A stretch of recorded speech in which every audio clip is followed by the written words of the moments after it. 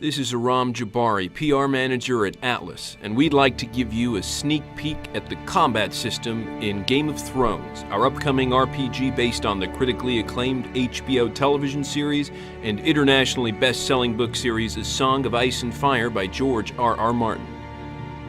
Let's start by taking a look at the core of the game's combat engine, the active pause system. Game of Thrones is a fast-paced role-playing game where all combat, skill use, and item use happen in real time.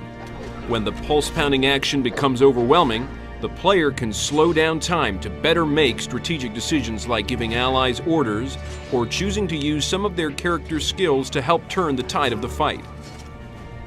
It's important to note that time can never be stopped outright, as it can in many other games. This serves to preserve the tension and urgency one would expect from fights in the Game of Thrones universe. As we mentioned, both of the main player characters, Mors Westford and Alistair Sarwyck, have unique individual classes with inherent distinct skills. Mors, a hardened warrior of the Night's Watch, can fight as a landed knight, a brutish hedge knight, or as a fierce Magnar. Alistair, a red priest, can fight as an archer, a sellsword, or as a water dancer. These different classes will determine the weapons and armor that Mors and Alistair can use. A hedge knight may use cumbersome two-handed weapons and sweeping attacks, while a landed knight will fight best with his sword and shield combination. Both of these characters will also play differently. For example, Alistair is not quite as stout in battle as Mors is.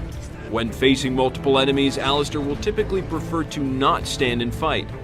To this point, Alistair will have many more options that involve engaging enemies at range, while Mors will usually need to take the fight right to the enemy.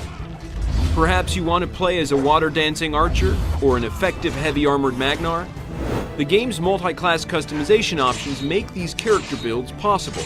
You also have the ability to eschew the multi-class path in favor of becoming a specialist in one class and gaining the upper-tier skills for that particular class. This is just a fraction of the strategic aspects that you'll be able to explore in Game of Thrones. On behalf of everyone here at Atlas, I'd like to thank you for watching, and we hope you're looking forward to playing Game of Thrones when it comes out on May 15th, 2012 for PlayStation 3, Xbox 360, and PC.